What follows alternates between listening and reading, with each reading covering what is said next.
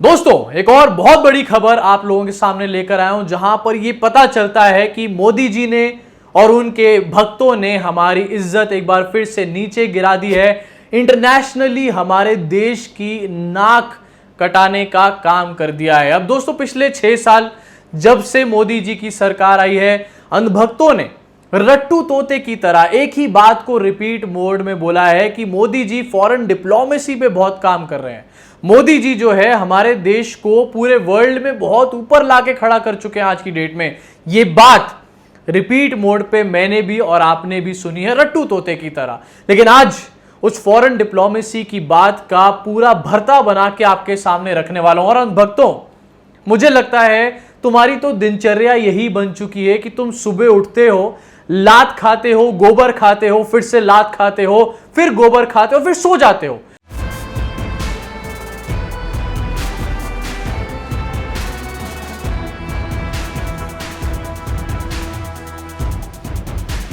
मैंने आपको एक न्यूज बताई, अनभक्तों को भी बताई, कि नेपाल के प्रधानमंत्री ये कह रहे हैं एक तरफ बैठ के कि अयोध्या जो है वो नेपाल के अंदर है, इंडिया में है ही नहीं अयोध्या। राम जी जो पैदा हुए थे वो नेपाल में हुए थे, इंडिया में नहीं हुए थे। इस चीज पे सुबह से अभी तक कोई भी बड़ा रिएक्शन नहीं आया। अरे ये छोड़ दीजिए सारी बातें, उन लोगों का भी कोई रिएक्शन नहीं आया है जो करोड़ों रुपए की राम जी की मूर्तियां बनवाने में लगे हुए। उन लोगों का भी रिएक्शन नहीं आया है जिन्होंने राम मंदिर के नाम पे कई कई इलेक्शन लड़ लिए, उनका भी कोई रिएक्शन नहीं आया है। और दूसरी तरफ, जब तक मैं इसके ऊपर पूरी डिटेल्ड वीडियो रिकॉर्ड करता, उससे पहले ही एक और खबर मेरे सामने आ गई, जहां पर मुझे दिख गया कि भाई फिर से एक बार अंधभक्तों को लात पड़ चुकी है। ये जो खबर है दोस्तों, जो लात मारी है इस बार, वो ईरान और अफगानिस्तान ने मिलकर मारी है। पिछले कुछ महीनों में लगातार यूएई ने लात मारी, कनाडा, न्यूजीलैंड, हर कंट्री अंधभक्तों को पकड़ पकड़ के चुन चुन के लात मार रही है। आज जो लात पड़ी है वो लात पड़ी है चाबहार पोर्ट के ऊपर। चाबहार पोर्ट, आपने नाम तो सुना ही होगा।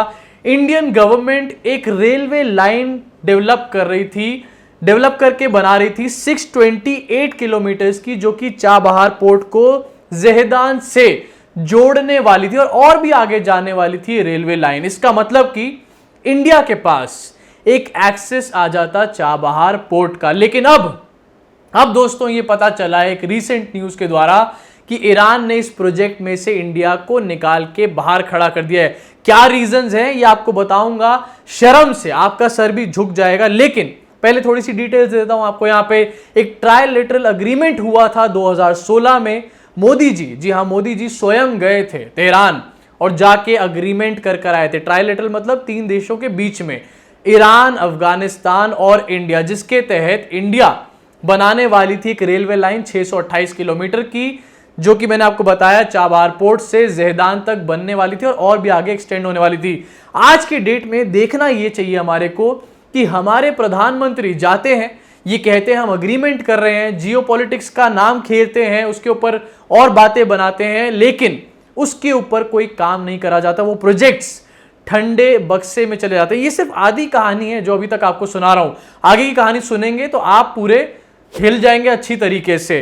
तो ये प्रोजेक्ट तो हमारे हाथ से चला गया, लेकिन चाइना आ गया पिक्चर के अंदर। चाइना वहीं पर दूसरी तरफ $400 बिलियन की इन्वेस्टमेंट कर रहा है चाबहार पोर्ट में, और चाबहार पोर्ट का एक्सेस चाइना को मिल गया है। ग्वादर पोर्ट पहले ही आपको पता है कि चाइना डेवलप कर रहा है पाकिस्तान में, वहीं दूसरी तरफ यहां पर चाबहार पोर्ट में भी चाइना घुस गया है। श्रीलंका के पोर्ट्स में भी चाइना को कई सालों की लीज मिली हुई है। ऐसे में आखिरकार हम लोग क्या समझे अंधभक्तों, जब तुम बात करते हो फॉरेन डिप्लोमेसी की, जब तुम बात करते हो कि हमारे देश का नाम रोशन कर दिया, तो क्या इसको देश का नाम रोशन करना कहा जा सकता है? आज एक बड़ा सवाल इस पे खड़ा होना चाहिए। वहीं दूसरी तरफ जहां चाइना इस चीज में अंदर घुस गया है, जहां पर इंडिया को निकाल दिया गया है, यह भी चीज हमारे को देखनी पड़ेगी कि जियोपॉलिटिक्स में आज की डेट में हम लोग कहां खड़े हुए हैं। अब आप लोग सोचेंगे कि यार चाबहार पोर्ट की बात हो रही है, मतलब क्या फर्क पड़ता है चाबहार पोर्ट हमारे पास हो, उसका एक्सेस हमारे पास हो ना हो। तो इंपॉर्टेंस आपकी स्क्रीन पे जरा देख लीजिए, इंपॉर्टेंस चाबहार पोर्ट की। Chabahar port also provides direct access to India's Farkhor airbase in Tajikistan.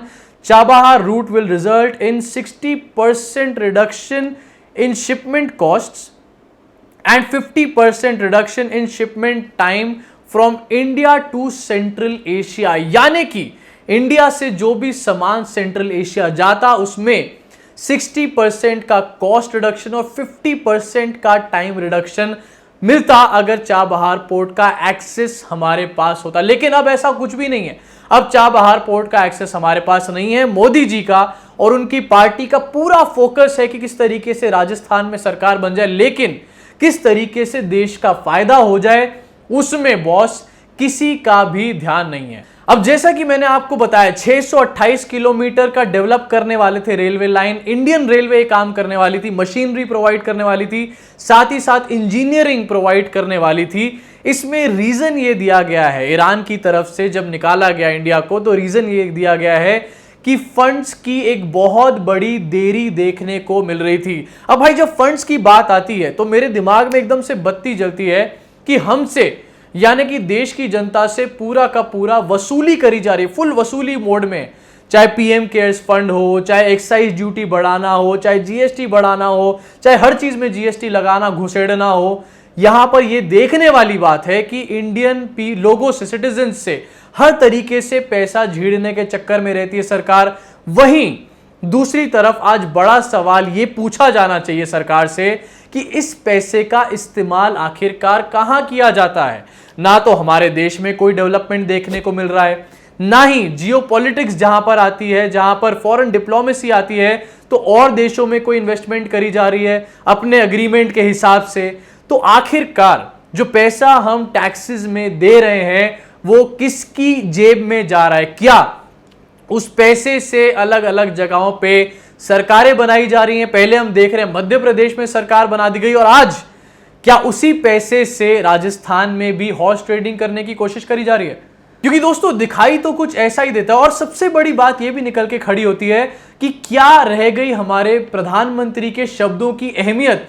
जाकर अग्रीमेंट करके आते हैं, लेकिन उसके बाद उस अग्रीमेंट पे कोई भी एक्शन नहीं लिया जाता है, कुछ भी इनिशिएट नहीं किया जाता है। ईरान ने यह भी बताया कि बहुत सारे इंडियन ऑफिशियल्स कई बार साइट विजिट पे आए, घूम घाम के चले गए, लेकिन कोई भी इनिशिएशन नहीं किया गया, कोई भी एक्शन शुरू नहीं हुआ वहां पर साइट्स पे। कितनी बड़ी बेइज्जती की बात है ये हमारे देश। और दोस्तों वहीं एक बड़ी चीज ये भी देखने वाली है कि हमारे पास से ये डील्स जा रही हैं और चाइना को ये डील्स मिल रही हैं, वहीं पर हम टिकटॉक को बैन करके खूब बल्ले बल्ले कर रहे हैं, अपनी उसमें खूब मजे समझ रहे हैं जैसे हमने बहुत बड़ा तीर मार दिया हो। लेकिन दूसरी तरफ हम ये नहीं देख रहे कि चाइना अपना एक्सेस किस किस देश में बना रहा है और किस तरीके से हमारे देश को घेरने का काम कर रहा है। यार इस सब के बारे में तो कोई ध्यान ही नहीं देता है। हमारे देश में तो सिर्फ ध्यान देते हैं हिंदू मुसलमान के बारे में, कैसे मुसलमानों को दबा दिया जाए पूरी तरीके से, इसके बारे में। असली मुद्दे जो है उनके बारे में तो कोई बात ही नहीं करता है। और दोस्तों ये कोई पहली बार नहीं है, ये कहानी लगातार दोहराई जा रही है। अब ये कहानी दोहराई कैसे जा रही है? जैसे मैंने बताया नेपाल के प्रधानमंत्री, पहले हमने देखा कि चाइना इंट्रूजन कर रहा है, कई किलोमीटर अंदर घुसा है, उसके बाद नेपाल जो है हमारे एरियाज को, हमारी टेरिटरीज को अपने मैप में दिखा रहा है, उसके बिल्स पास कर रहा है अपने पार्लियामेंट में। उसके बाद हम देख रहे हैं कि नेपाल के प्रधानमंत्री कल्चरली भी हमारे को दबा रहे हैं और ये कह रहे हैं कि राम जी जो हैं वो इंडिया के नहीं थे, अयोध्या इंडिया में नहीं है, नेपाल के अंदर है। उसके बाद हम देख रहे हैं कि ईरान, अफगानिस्तान इस तरीके से हमारे को दबाने का काम कर रहा है। और ये अकेली खबर नहीं है, इससे थोड़े दिन पहले, एक हफ्ते पहले खबर आई थी जहां श्रीलंका ने भी ये चीज कही थी। श्रीलंका के प्रधानमंत्री ने, किसी छोटे मोटे आदमी ने नहीं, श्रीलंका के प्रधानमंत्री ने बात बोली थी कि ईस्ट कंटेनर टर्मिनल जो कि इंडिया और जापान मिलके डेवलप कर रहे थे कोलंबो के अंदर, उस चीज को पूरी तरीके से ठंडे बक्से में डाल दिया था। ये कहा था प्रधानमंत्री ने श्रीलंका के कि अभी इस पे फाइनल डिसीजन बाकी है। जबकि पिछले साल, एक साल पहले मोदी जी स्वयं जाकर इसका अग्रीमेंट कर आए थे। आज पता चल रहा है कि उस अग्रीमेंट का भी मोदी जी के कोई अहमियत ही नहीं है। और दोस्तों इसी के अलावा और भी देश लगातार हमारे को यहां टारगेट कर रहे हैं। बड़े रीजंस सीएए और एनआरसी भी है कई देशों के, जैसे कि बांग्लादेश है, मालदीव्स है, और भी ऐसे बहुत सारे देश हैं। और कुछ देश ऐसे हैं जो चाइना की वजह से हमसे इस तरीके का व्यवहार कर रहे हैं। लेकिन बड़ी बात ये निकल के खड़ी होती है कि हम लोग इसके बारे में कोई डिस्कशन नहीं कर रहे। गोदी मीडिया जो कहता है कि वो सबसे तेज है, सबसे आगे है, उसमें ऐसी एक भी खबर आपको देखने को नहीं मिलेगी। और फिर एंड ऑफ द डे ये अपने आप को कहते हैं ये मीडिया वाले हैं, ये लोग हमारे देश में हर चीज पे सवाल उठा रहे हैं, अजी काहे का सवाल उठा रहे हैं अगर ऐसी असली खबरें ये आपके सामने नहीं लेकर आ पा रहे। और दोस्तों गोदी मीडिया की तो मैं यहां पर बात भी नहीं करना चाहूंगा, क्योंकि गोदी मीडिया नेपाल ने अपनी कंट्री में बैन कर दी है। नेपाल को समझ आ गई है ये बात कि गोदी मीडिया किसी काम की मीडिया नहीं है। अब दोस्तों अच्छा होगा कि इंडिया में भी जल्दी से जल्दी इस गोदी मीडिया को बैन कर दिया जाए। लेकिन एक बात तो मैं भूल ही गया, अगर गोदी मीडिया को इंडिया में बैन कर दिया जाएगा तो भारतीय जनता पार्टी का दूर दूर तक कोई नामो निशान नहीं होगा। तो जब तक बीजेपी है तब तक गोदी मीडिया को कोई हाथ नहीं लगाने वाला। दोस्तों अभी के लिए इस वीडियो में इतना ही। अगर आपको वीडियो पसंद आई हो तो शेयर करें इस वीडियो को जगह जगह ग्रुप्स में। अगर आपको मेरा काम पसंद आ रहा हो तो नीचे ज्वाइन का बटन है, इंडिपेंडेंट जर्नलिज्म को सपोर्ट करें, ज्वाइन का बटन दबाकर कोई छोटा सा अमाउंट आप मेरे को सपोर्ट करने के लिए दे सकते हैं और चैनल के मेंबर बन सकते हैं। बहुत सारी पर्क्स मिलेंगी, बहुत सारे अर्ली एक्सेस एक्सक्लूसिव वीडियोस आपको देखने को मिलेंगी। अभी के लिए दोस्तों इस वीडियो में सिर्फ इतना ही। धन्यवाद।